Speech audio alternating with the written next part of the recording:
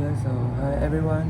Today we're gonna discuss whether old or rundown building historicals in the city centers should be demolished or replaced with the modern shopping malls to maximize the economic benefits. This is a topic often create debate, but it involves balancing the economic growth with the cultural preservations. And to start off, I would like to explain the basic conflicts. On one side, people argue that shopping malls bring jobs, tourists, and the revenues.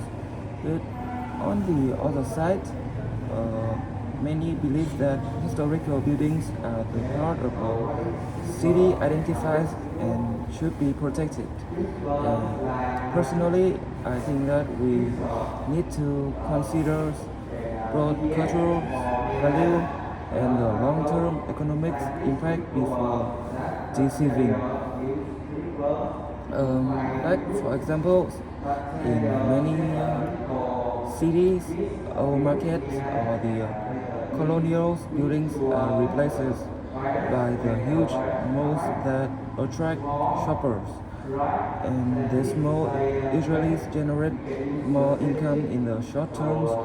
However, once everything looks modern and identical, the city can lose its unique characters, which may harm the tourists in the long run. So even though most make the money, the loss of the heritage may cost even more. Thanks. I would like to expand on this idea. I believe historical buildings carry emotional and education value. They remind us of our roots and our culture and there's some stories of the past generation. If we demolish them too quickly, we lost part of our identity. That is something no shopping malls can replace. At the same time, I understand argument of modernization.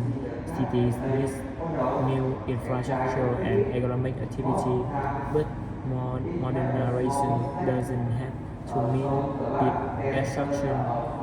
It can mean restoration and adaptive reuse.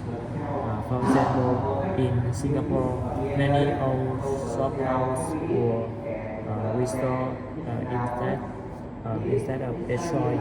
Today, they host cafe, artists, and art studios. They use they still bring economic benefits, but they also preserve the city historical chance. This shows that combining heritage and business can be successful approach. Yeah, great point, everyone. I think historical buildings are just not some old structure. They are cultural results. When city if they keep their heritage, they can attract more tourists who just want to see some authentic architecture and history. Tourism itself is also a strong source of economic profit, and if we replace all of those buildings with some shiny malls, the city center may become less interesting and just more generic like other ones. And once cultural sites are gone, we can't just get them back. For instance, in Kyoto, Japan, strict rules that protect our wooden house and temple. Even though the city is modern, the preserved traditional street still attract millions of tourists every year. That cultural identity brings huge economic value, which is far more than what a typical mall could do. And this also proves that heritage can be an economic advantage, not just a limitation.